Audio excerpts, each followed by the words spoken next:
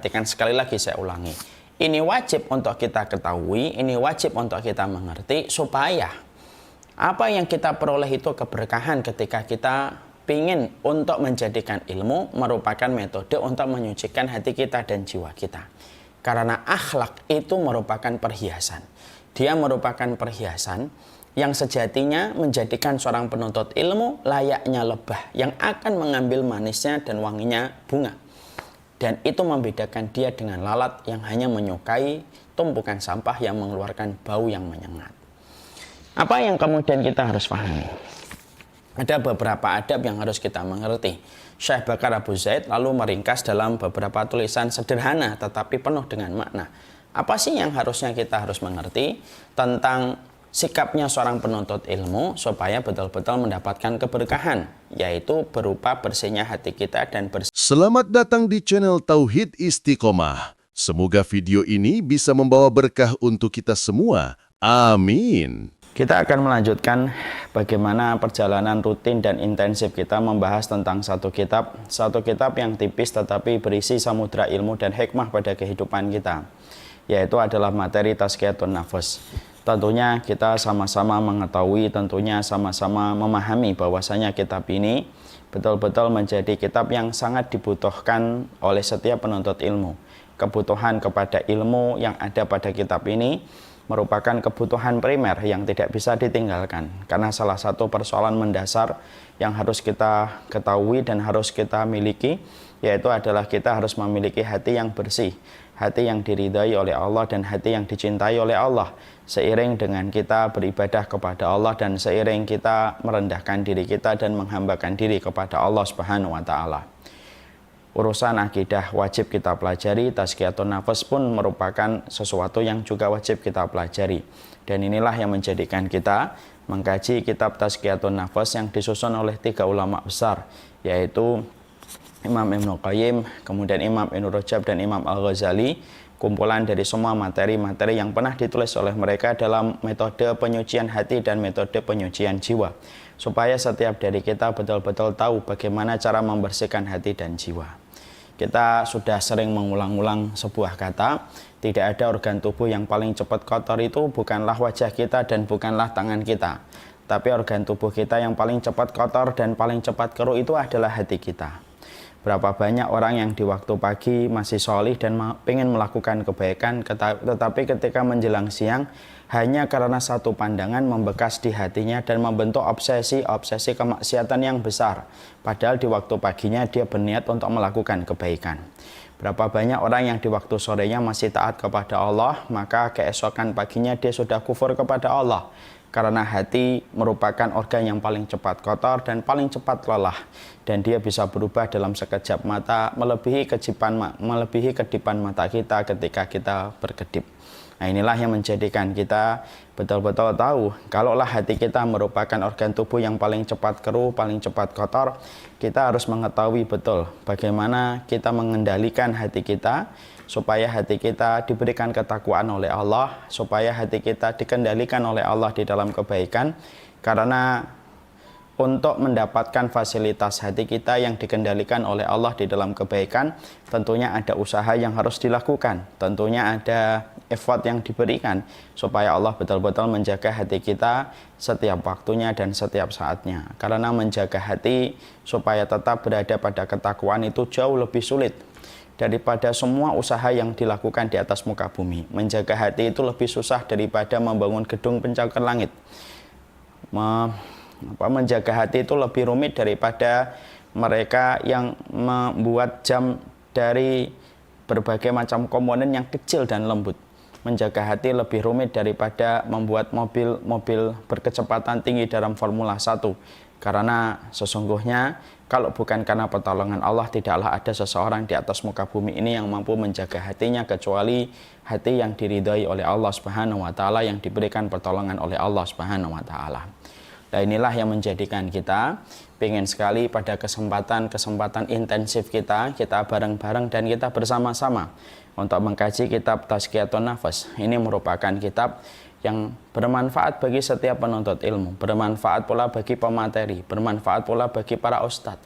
Karena setiap dari kita dituntut untuk menjadi objek dari apa yang kita sampaikan, yaitu adalah bagaimana kita fokus untuk memperbaiki hati kita di dalam rangka merendahkan diri kita di hadapan Allah Subhanahu wa Ta'ala.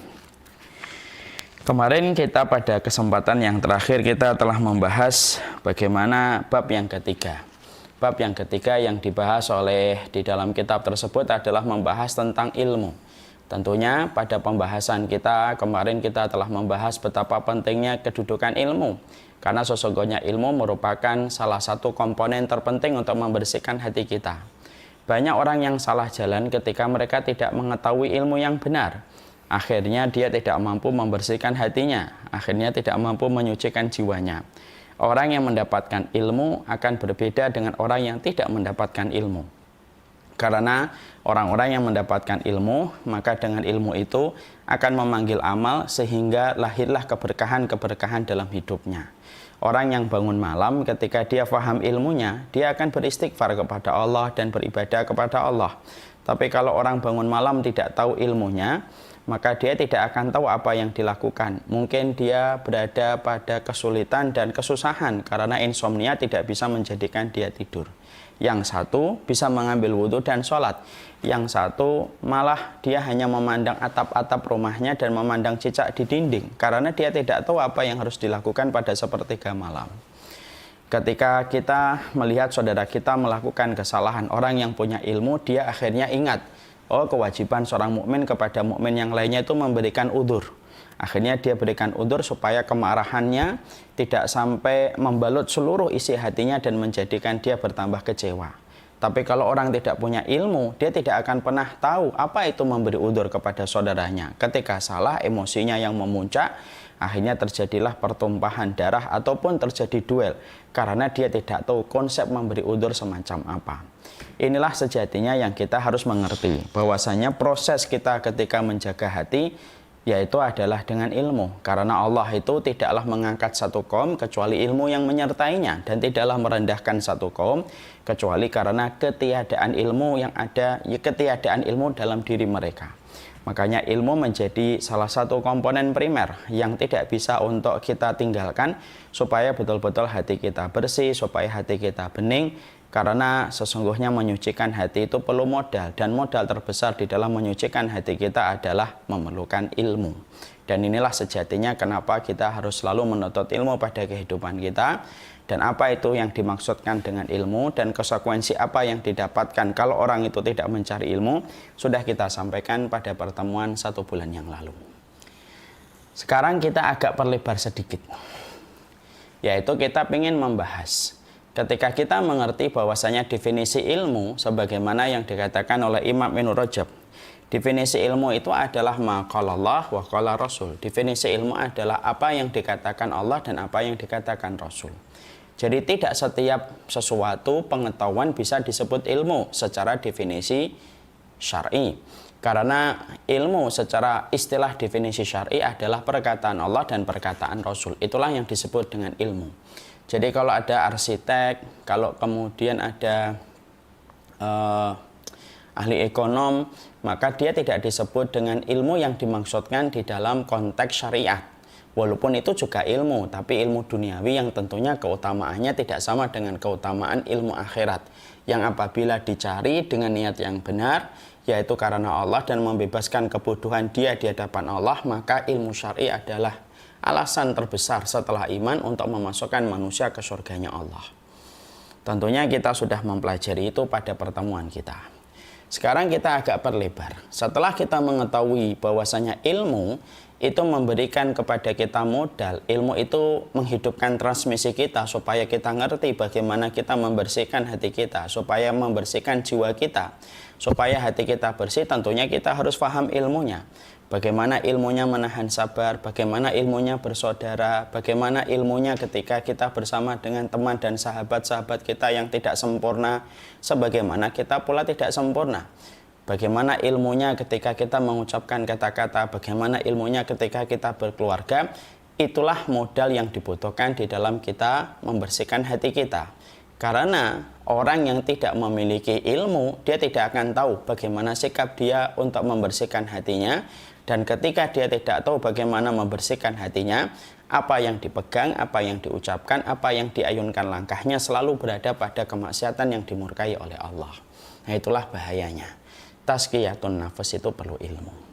Kalau kita tazkiyatun nafas tidak pakai ilmu, akhirnya pelariannya ke berbagai macam pilihan-pilihan yang ada dan semuanya malah justru menjauhkan dirinya kepada Allah. Ada yang semedi ketika mereka ingin mencari ketenangan karena nggak ngerti ilmunya bahwasanya sholat, dzikir itu merupakan salah satu terapi paling mutakhir dan terapi paling luar biasa untuk menenangkan hati. Pernah nggak kita sering mendengar ada seorang yang mengaku dirinya muslim, tapi justru ketika menenangkan diri dia tidak memakai cara-cara yang ada di dalam Islam, tapi memakai berbagai macam metode-metode yang justru tidak ada di dalam agama Islam. Dia justru tidak berzikir, dia tidak bagaimana banyak bersujud. Kenapa justru dia memilih pilihan-pilihan yang ada ketika ingin menenangkan diri dengan pilihan yang justru bukan berasal dari agamanya. Bahkan biasanya justru dari agama-agama yang lainnya karena tidak punya ilmu. Nah, inilah pentingnya bagaimana kita selalu dalam kehidupan kita menyucikan hati itu perlu ilmu. Karena kita membersihkan handphone pun perlu ilmu. Bukankah tidak setiap orang bisa membersihkan kaca handphone dan skrinnya handphone? Kalau kita tidak ngerti bagaimana pengalaman ketika membersihkannya, bisa jadi apa yang kita pakai bukan membuat bening skrin handphone kita, tapi justru membuat buram karena kita tidak tahu bahwasanya cairan yang kita pakai membersihkan handphone tidak bisa sama dengan cairan-cairan ketika membersihkan alat-alat yang lainnya. Disitulah ilmu selalu menjadi penentu dalam semua perkara yang kita lakukan, terutama di dalam kita menyucikan hati kita. Sekarang apa yang kita harus lakukan? Nah, tentunya kita paham. Di dalam kita mengetahui pentingnya ilmu dalam kehidupan kita dari perkataan Allah dan perkataan Rasul-Nya, supaya betul-betul kita mampu untuk menjaga hati kita, menjaga kondisi hati kita, maka tentunya kita harus tahu bahwasanya setiap ilmu ada adabnya. Karena salah satu di antara sebab hilangnya keberkahan ilmu adalah ketika kita tidak mempraktekkan adabnya dan kita tidak memiliki perhiasan yang seharusnya perhiasan itu dimiliki oleh seorang penuntut ilmu. Banyak enggak orang yang menjadi penuntut ilmu, mempelajari tazkiyatun nafas, mempelajari tauhid, ataupun mempelajari sunnah, tapi justru hatinya tercermin dari lidahnya itu betul-betul mencerminkan bagaimana kekotoran hatinya dan kekeruhan jiwanya. Kenapa semacam ini? Padahal punya ilmu, banyak penyebabnya. Tapi salah satu yang disampaikan oleh Syekh Bakar Abu Zaid, salah satu di antara penyebab tidak barokahnya ilmu adalah ketika kita senantiasa mencari ilmu dalam urusan perkataan Allah dan Rasul-Nya, tapi kita tidak pernah tahu bagaimana adabnya dan bagaimana akhlaknya yang benar ketika kita mencari ilmu, dan itulah yang menjadikan akhirnya ilmu itu kehilangan barokahnya, ilmu itu kehilangan fungsinya. Ketika harusnya ilmu bisa membersihkan hati kita, tapi sebaliknya ilmu bisa mengkeruhkan kita ketika kita tidak memahami adabnya dan tidak memahami akhlaknya.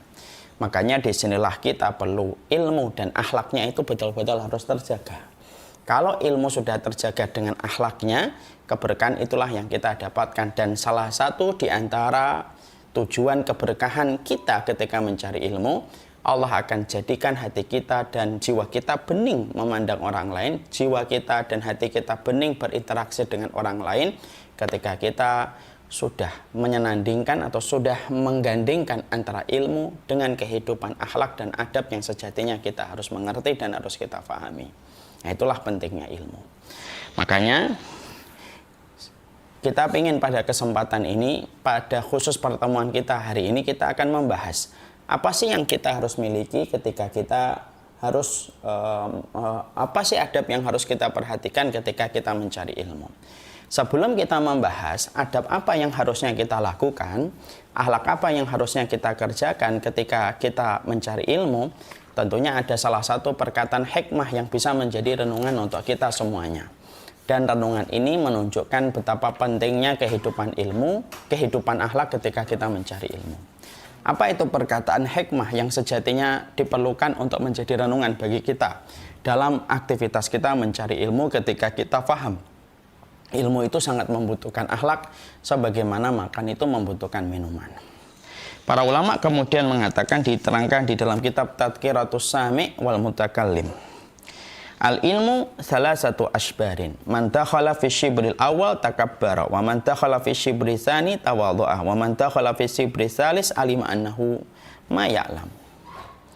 Dikatakan bahwasanya sesungguhnya ilmu itu memiliki 3 tahapan. Ilmu itu memiliki 3 tahapan. Yang mana 3 tahapan itu beda-beda apa yang terjadi ketika kita berada pada tahapan-tahapan itu. Wa man dakhala fi syibril awal, barang siapa yang berada pada tahapan pertama ketika dia baru mencari ilmu ataupun memang dia masih berada pada tahapan yang pertama, orang yang berada pada tahapan ilmu yang pertama takabbaro, biasanya sombong. Biasanya sombong. Makanya kalau ada orang di antara kita kok nyari ilmu terus sombong, padahal fungsinya ilmu kan membersihkan hati kita. Fungsinya ilmu itu untuk mencucikan hati kita dan membeningkan hati kita. Tapi sering nggak kita jumpai ada orang baru ngaji, sombongnya luar biasa, tangannya nunjuk-nunjuk kepada siapapun, IG-nya penuh dengan hujatan dan celaan, tapi mengangkat-ngangkat kelompoknya dan golongannya. Maka dikatakan oleh para ulama salaf, man dakhala fi syibril awal, orang itu kalau memasuki ilmu dari tahap yang pertama memang takabbaro, sombong. Padahal biasanya orang yang sombong semacam itu biasanya tidak punya ilmu apa-apa dan keropos. Jujur deh. Coba kita lihat. Banyak teman-teman yang mengaku sebagai penuntut ilmu ketika baru ngaji. Omongannya sudah gede duluan. Tapi hafalan Qur'annya tidak ada. Hafalan hadisnya tidak ada. Pengetahuan dia tentang ilmu secara terstruktur dan sistematik dari fondasi sampai ke atas dia tidak tahu. Tapi bicaranya seakan-akan melebihi seorang syekh. Pembicaraannya seakan-akan melebihi orang yang sudah belajar ilmu syar'i puluhan tahun. Karena memang semacam itu. Memang semacam itu. Makanya kadang-kadang, maaf kalau boleh curhat sedikit. Kalau kita mendapati ada orang menghujat kita, perhatikan dulu saja. Tidak setiap hujatan itu perlu untuk diladeni oleh kita. Karena apa? Karena sejujurnya saya sering berkata sama circle saya itu, membunuh nyamuk itu tidak perlu pakai tenaga dalam. Dan memang banyak orang-orang yang mereka baru ngaji, lalu punya semangat yang semangatnya jauh lebih besar daripada ilmu yang dia pelajari. Membuat akun, membuat tulisan, ataupun dia terus berkata-kata di dalam satu grup ketika dia merasa di grup itu satu frekuensi dengan dia ngomong panjang lebar dia. Tanpa dia sadari bahwasanya takabbaro, dia sombong terhadap ilmu yang dia dapatkan. Dan ini merupakan salah satu di antara hal yang sudah diingatkan oleh para ulama dulu. Ilmu itu punya tahapan. Al-ilmu salah satu asbarin. Sesungguhnya ilmu itu 3 tahapan. Faman dakhalaha fi syibril awal takabbaro. Dia kalau berada pada tahapan yang pertama dia akan sombong. Bahkan saya sudah mengulang berkali-kali di banyak kesempatan. Berulang-ulang saya sampaikan di banyak kesempatan. Orang yang sombong dengan hartanya dan orang yang sombong dengan jabatannya itu masih mendingan, walaupun sombong dengan jabatan dan sombong dengan harta itu sesuatu yang tercela, bahkan termasuk pada kategori dosa besar dan mengundang kemurkaan Allah. Tapi kesombongan dalam 2 perkara ini masih mending daripada kesombongan yang ketiga. Sombong yang ketiga itu sombong yang paling parah, sombong dengan ilmu yang dia pelajari dan amal ibadah yang dia lakukan.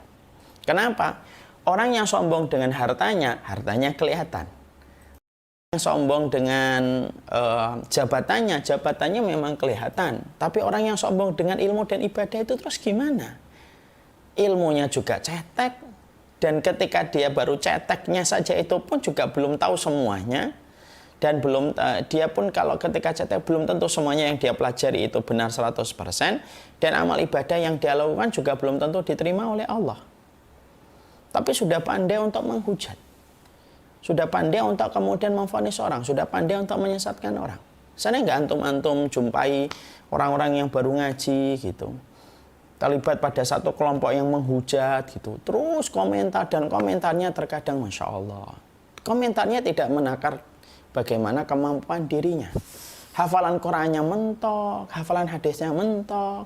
Ditanya tentang madhab Syafi'i, nggak ngerti siapa Imam Syafi'i. Kadang-kadang ditanya kitab apa yang sudah pernah dipelajari, nggak ada yang sudah dipelajari. Kajiannya hanya bermodal kajian tematik. Tapi Masya Allah, sudah melalui dengan yang luar biasa dan itu merupakan sebuah musibah besar. Musibah besar itu orang yang berada pada tahapan pertama ketika dia ilmunya membentuk dia sombong. Makanya saya wanti kepada seluruh komponen yang ada gitu. Kalau tiba-tiba kemudian ada orang yang menghujat kita, mencela kita, memvonis kita dengan berbagai macam vonis-vonis yang dia inginkan kepada kita, tidak semua hujatan dan celaan itu harus diladeni.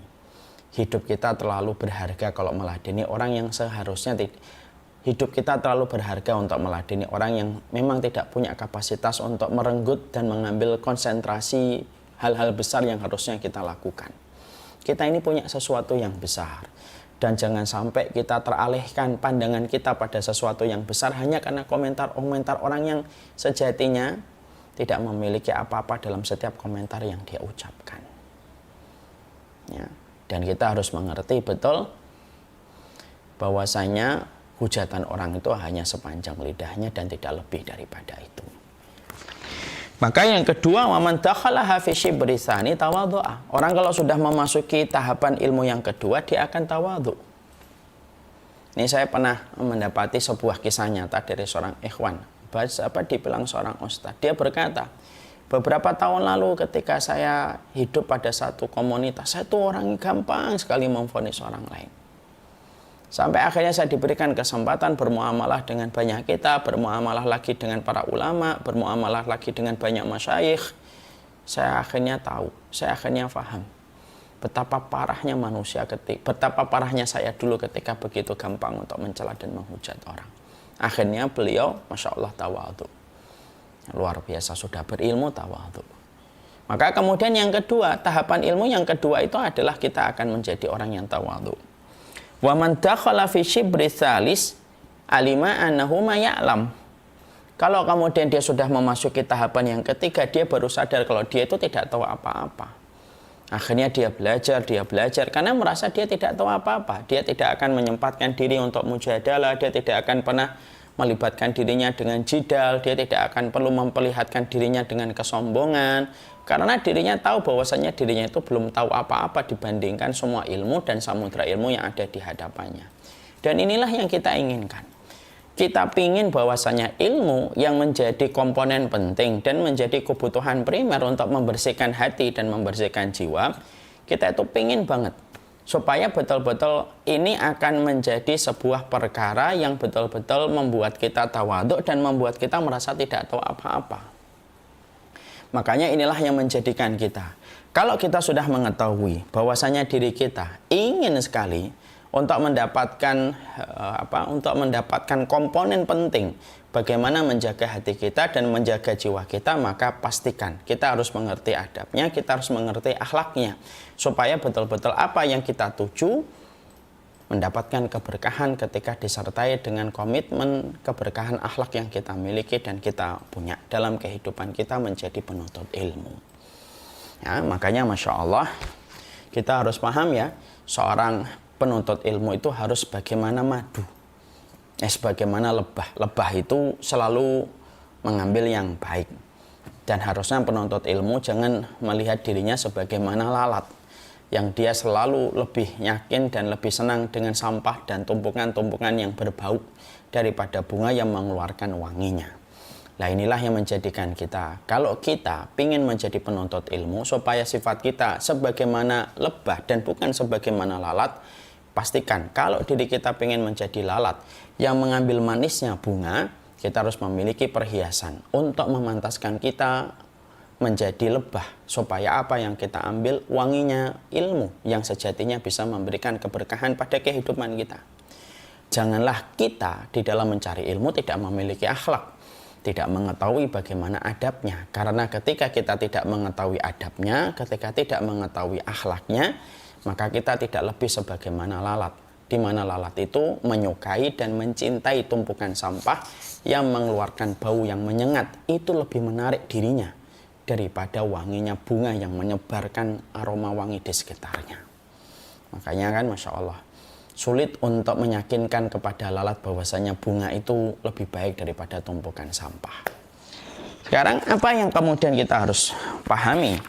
Adab apa yang kemudian harus kita miliki? Saya ambilkan dari kitab Hilyah Thalibil Ilmi. Karena pembicaraan tentang ilmu dalam kitab Tazkiyatun Nafas itu dapat kita ambil referensi tambahannya, yaitu pada kitab Hilyah Thalibil Ilmi.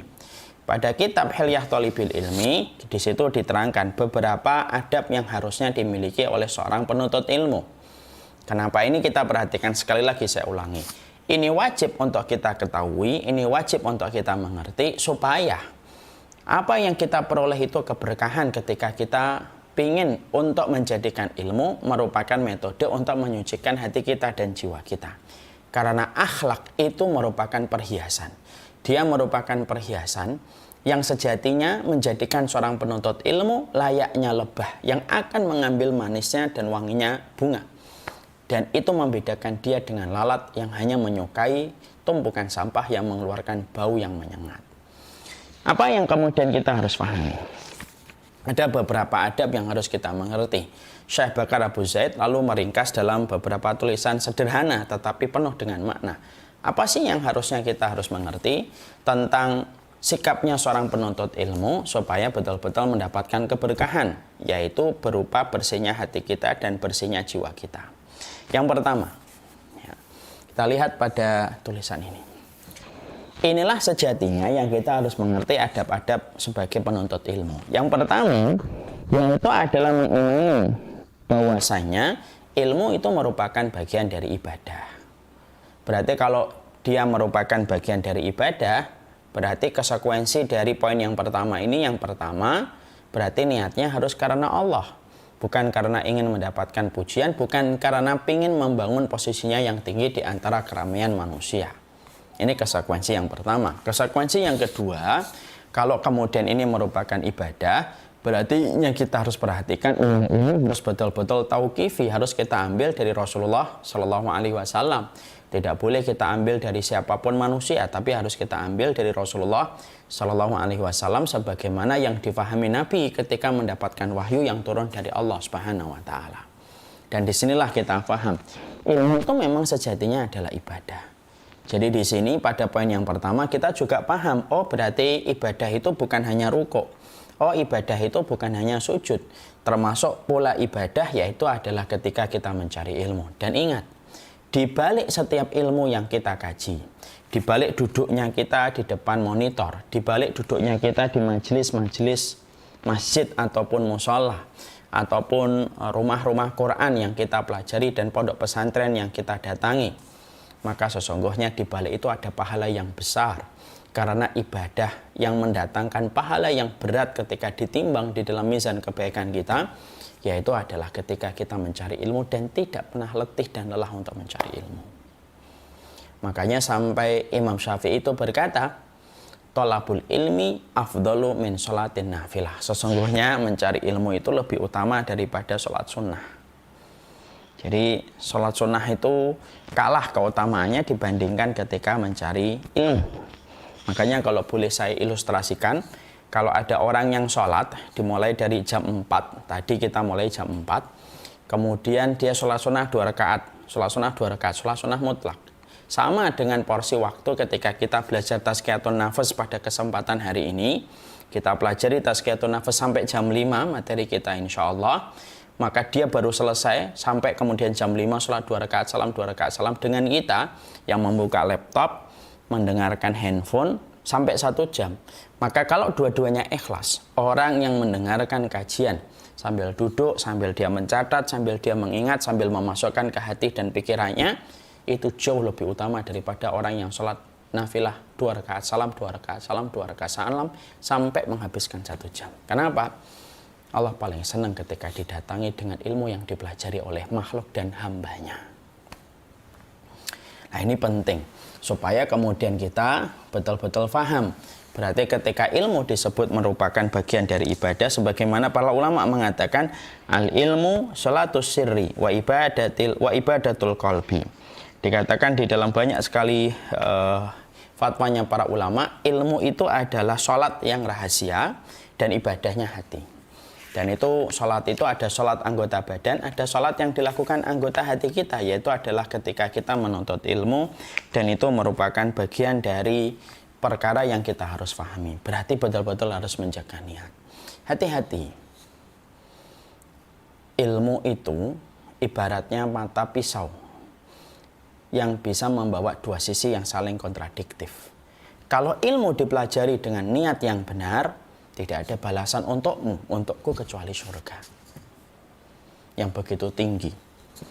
Yarfa'illahu alladhina amanu minkum walladhina utul ilma darajat. Allah mengangkat orang yang berilmu lebih tinggi daripada orang yang tidak berilmu. Tapi sejatinya ketika kita salah dan tergelincir niatnya ketika mencari ilmu, maka sesungguhnya jilatan api neraka menjilat-jilat kepada mereka yang tidak menjaga niatnya ketika mencari ilmu. Makanya jadikanlah aktivitas kita ketika mencari ilmu sekali-kali bukan untuk mendebat orang. Bukan pula untuk mengangkat posisi kita di hadapan manusia. Bukan pula untuk menjadikan kita viral dan menjadikan kita diikuti banyak manusia.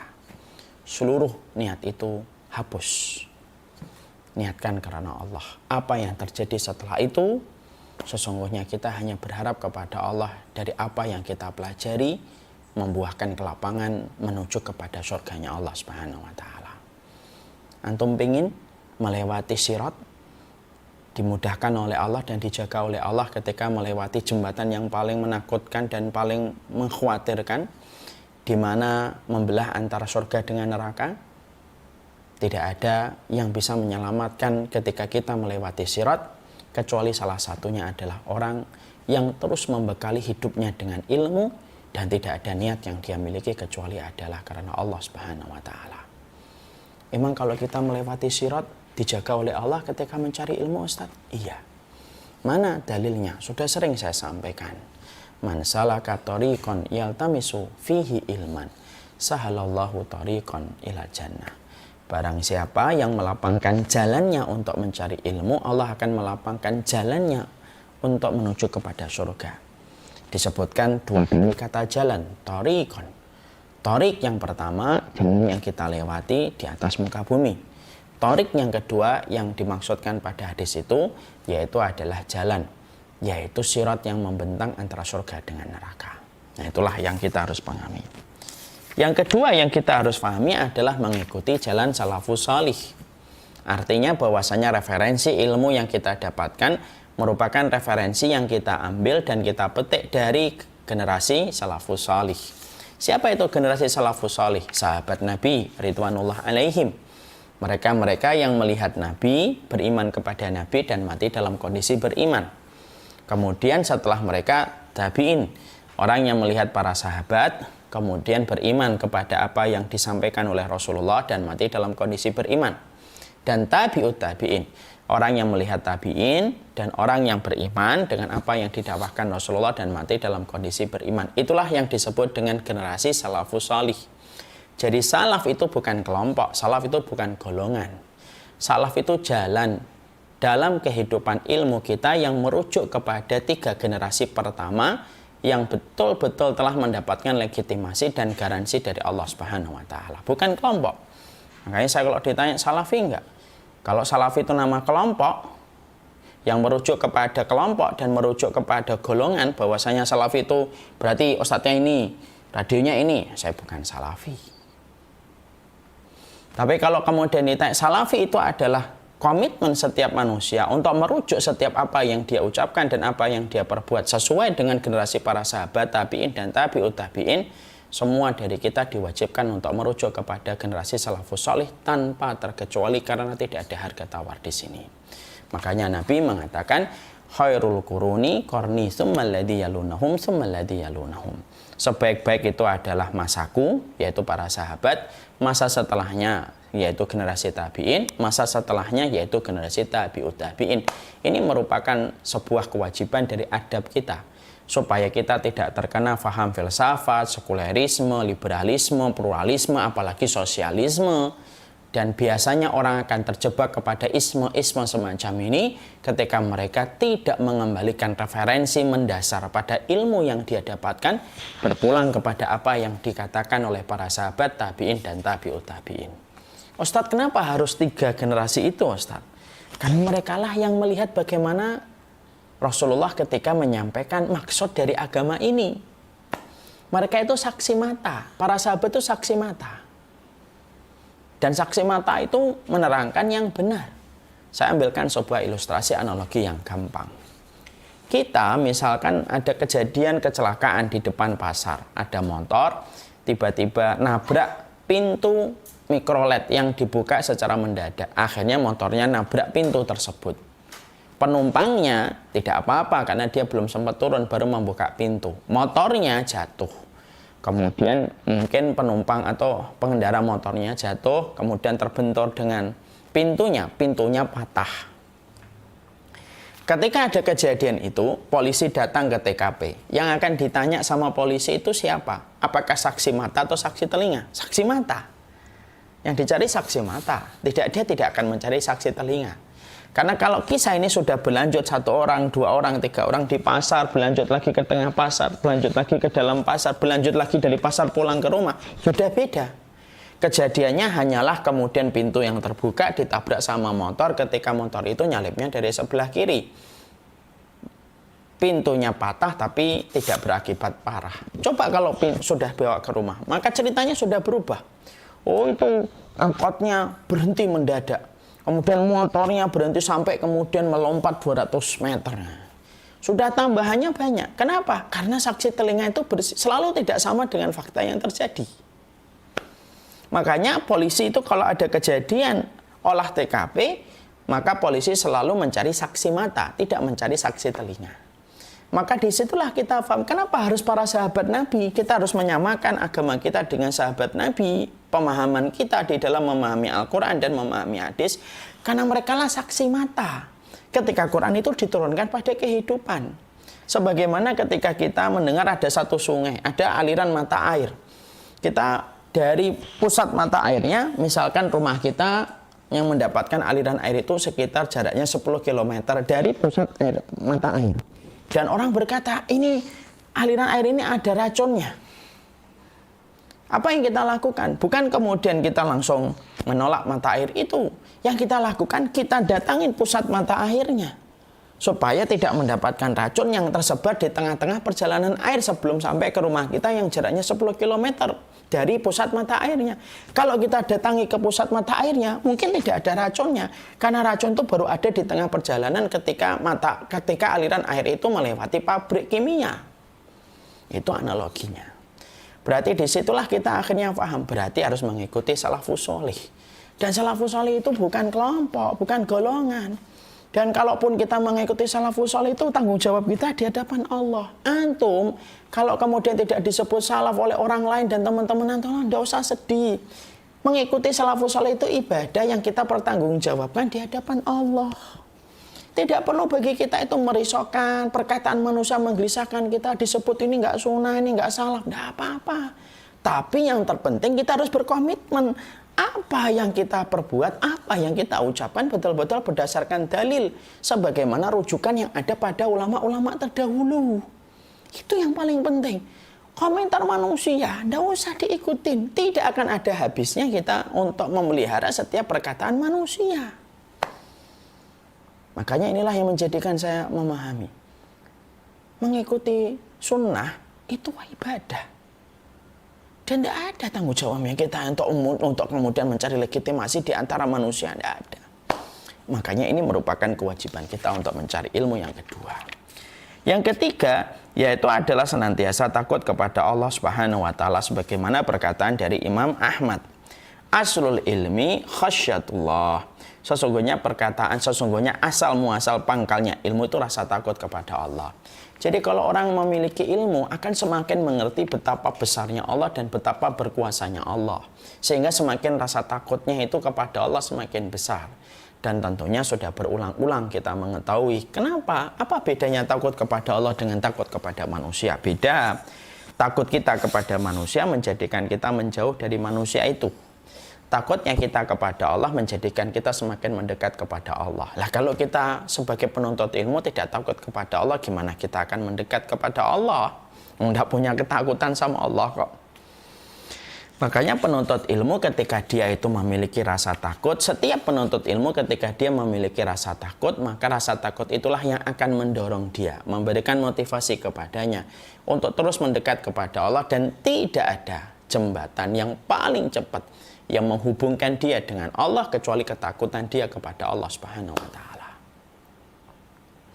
Nah, inilah yang menjadikan kita memahami sesungguhnya senantiasa penuntut ilmu memelihara rasa takutnya kepada Allah dan berusaha menempa hatinya untuk senantiasa terus-menerus berada pada ketakutan dia kepada Sang Khalik yang berkuasa atas segala sesuatu, yang mengetahui perkara kecil dan perkara besar yang ada pada hati dan jiwanya.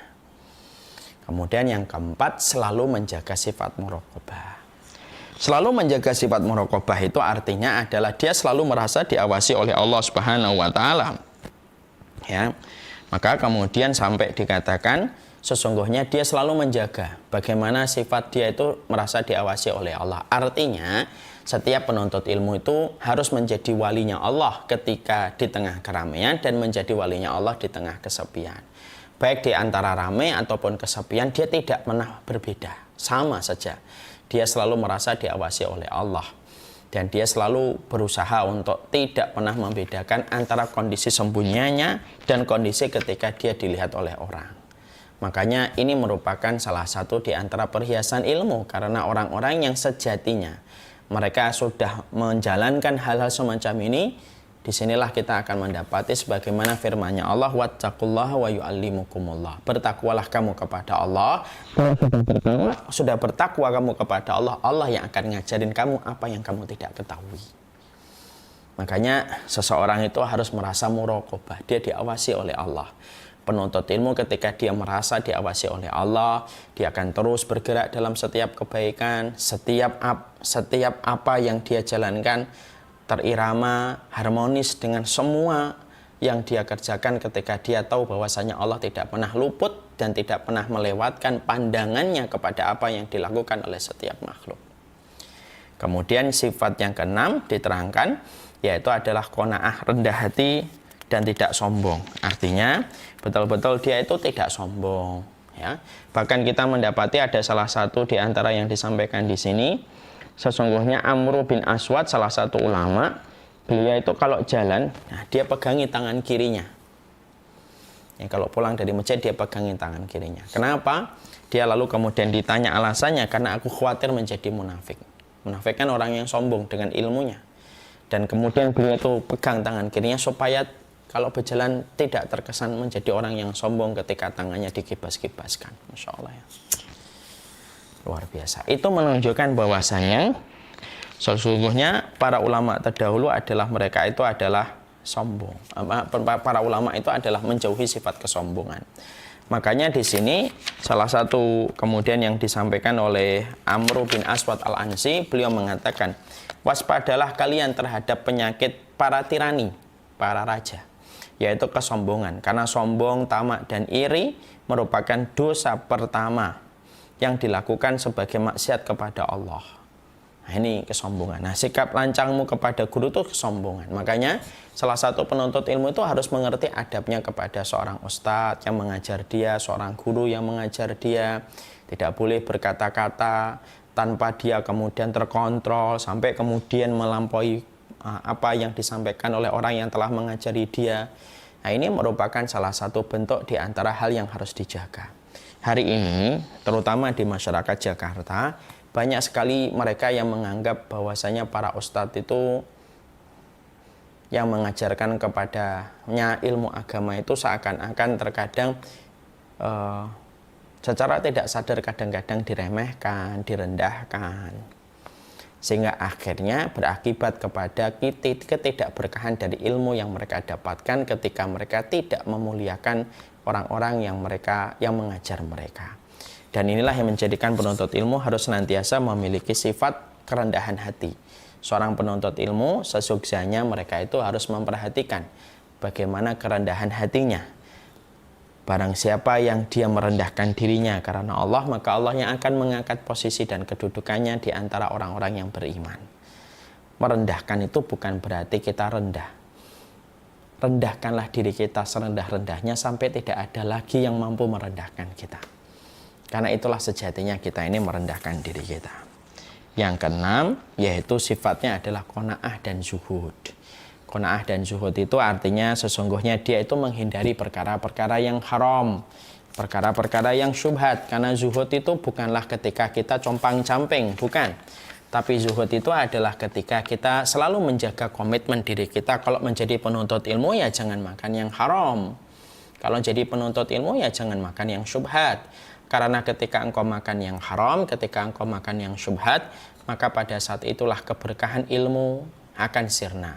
Ketika engkau makan yang haram, ketika engkau makan yang syubhat, disitulah kamu akan menjumpai dan disitulah kamu akan mendapati bahwasanya cahaya-cahaya ilmu, cahaya-cahaya Al-Quran dan hadis itu akan hilang.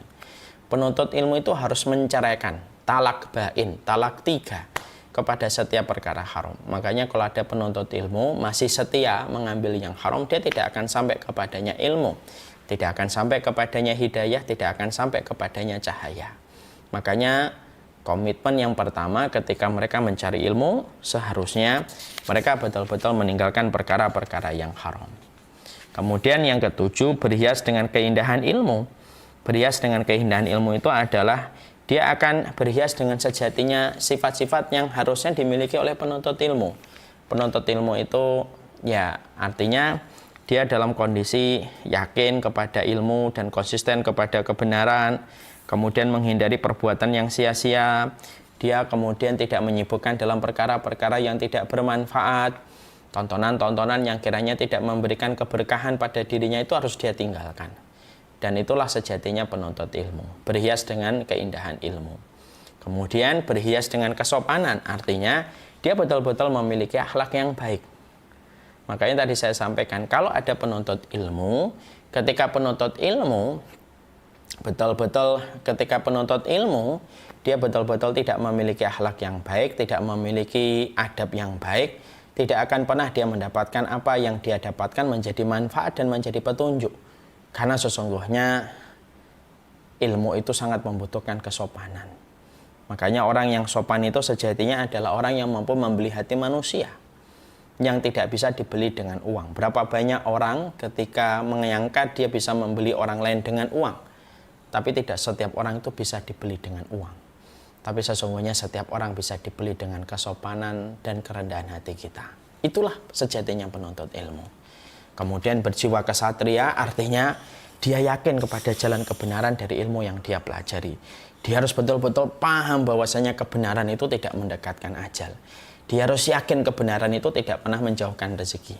Dia harus yakin bahwasanya kebatilan itu tidak menjauhkan ajal, sebagaimana dia yakin bahwasanya kebatilan itu tidak akan pernah mendekatkan rezeki. Karena semua telah diatur oleh Allah. Itu namanya jiwa kesatria, tidak cengeng, tidak gampang mengeluh, tidak gampang dia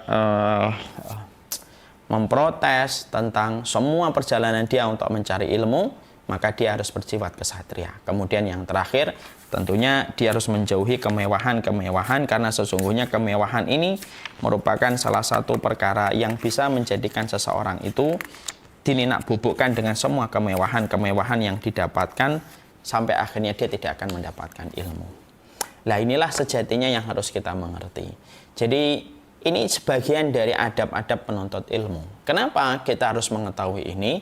Supaya betul-betul kita tahu korelasinya antara menuntut ilmu yang merupakan bagian terpenting untuk membersihkan hati kita. Karena kita tidak mungkin membersihkan hati kecuali harus berilmu.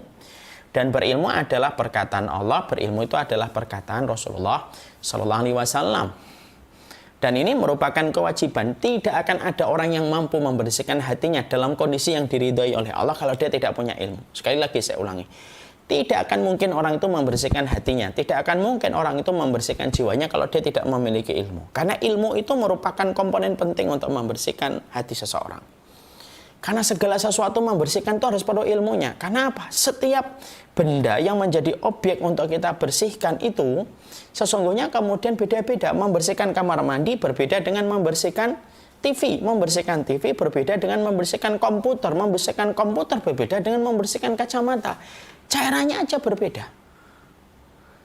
Cairannya berbeda, cara ngelapnya berbeda, cara membersihkannya dari sisi yang mana itu berbeda. Itu baru membersihkan objek benda, apalagi membersihkan hati dan jiwa. Makanya kemudian harus dengan ilmu. Nah, ketika ada ilmunya, kita harus memiliki adabnya. Supaya betul-betul ilmu itu berfungsi. Dan salah satu fungsinya ilmu, yaitu adalah bagaimana ketika kita betul-betul mampu membersihkan hati kita, mampu membersihkan jiwa kita. Dan adab itulah yang tadi sebagian kita pelajari, yang kita ambil dari perkataan dan tulisan Syekh Bakar Abu Zaid. Setidaknya ada beberapa hal. Memahami ilmu itu adalah ibadah, berarti ibadah itu berarti harus niatnya benar karena Allah, kemudian harus sesuai dengan petunjuk Rasulullah. Yang kedua harus mengikuti jalan salafus salih, harus merujuk kepada referensi yang betul dari kalangan terdahulu, dari generasi sahabat, tabi'in dan tabi'ut tabi'in, sebagaimana yang Allah sampaikan dalam surat At-Taubah ayat yang ke-100, wasabiqunal awwaluna minal muhajirin wal ansar walladzina taba'uhum bi ihsanin radhiyallahu anhum wa radu anhu. Orang-orang yang pertama kali masuk Islam dari kalangan muhajirin dan ansar, dan orang-orang yang setia mengikuti mereka dari kalangan para nabi, dari kalangan dan orang-orang yang setia mengikuti para sahabat itu, mereka lah orang yang diridhai oleh Allah dan Allah ridha kepada mereka. Senantiasa takut kepada Allah, karena ketika menjadi penuntut ilmu takut kepada Allah, dia akan terus mendekat kepada Allah. Karena takut kepada makhluk menjadikan kita jauh, takut kepada Allah semakin menjadikan kita dekat. Menjaga sifat muraqabah, jadi walinya Allah di tengah keramaian, jadi walinya Allah di tengah kesepian. Rendah hati dan tidak sombong, karena kita paham kesombongan dalam ilmu, kesombongan yang paling dibenci oleh Allah. Ilmunya tidak seberapa, ilmunya belum tentu 100% benar, ibadahnya belum tentu diterima oleh Allah. Memiliki sifat qanaah, memiliki sifat zuhud, karena ilmu kalau sudah tercampur dengan yang haram, maka yang haram itu memadamkan cahayanya ilmu. Sebagaimana perkataan dari Waqi' kepada Imam Syafi'i, syakautu ila waqi'in an su'i hifdhi fa arsyadani ila tarkil ma'asi fa inna ilmallahi nurun fa inna ilmallahi nurun wa nurullahi la yahdi lil asi. Saya pernah menceritakan kepada Waqi' tentang buruknya hafalanku. Maka Waqi' berkata kepada Syafi'i, tinggalkanlah kemaksiatan, karena ilmunya Allah itu cahaya, dan cahaya Allah tidak pernah menerangi orang yang bermaksiat kepada Allah. Karena sesungguhnya qanaah dan zuhud itu menjadikan kita meninggalkan yang haram yang dibenci oleh Allah. Berhias dengan keindahan ilmu, tenang, tidak terburu-buru, tidak cepat mengeluh. Berhias dengan kesopanan, dengan akhlak yang mulia yang kita miliki. Berjiwa kesatria, yakin kepada apa yang kita pelajari, bahwasanya kebenaran itu sejatinya tidak pernah menjauhkan rezeki, tidak pernah mendekatkan ajal, serta menjauhi kemewahan yang berlebihan. Nah, itulah sejatinya. Kalau semua perhiasan ini kita pelajari, maka proses selanjutnya dengan ilmu, sedikit demi sedikit akan membersihkan karat di dalam hati kita. Kalau kita sudah mulai memakai perhiasan akhlak yang sejatinya dimiliki oleh para penuntut ilmu. Makanya kalau kita ditanya, kenapa ya ada orang berilmu omongannya ketus, Ustaz? Kenapa ada orang berilmu tuh ngomongnya menghujat terus? Ada dua kemungkinan.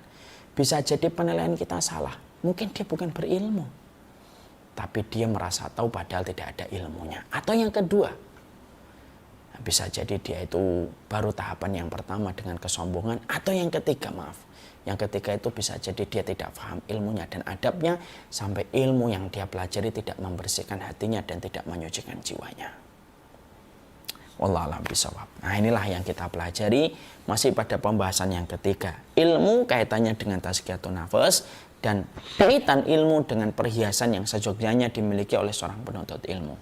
Semoga Allah memperbagus akhlak kita sebagaimana Allah memperbagus fisik kita. Allahumma kama hasanta khalqi fahassin khuluqana. Ya Allah, sebagaimana Engkau membaguskan fisik kami, maka baguskanlah akhlak kami. Wallahu a'lam. Wassallallahu ala nabiyina Muhammad walhamdulillahi rabbil alamin. Saya serahkan kembali kepada Abu Rakila.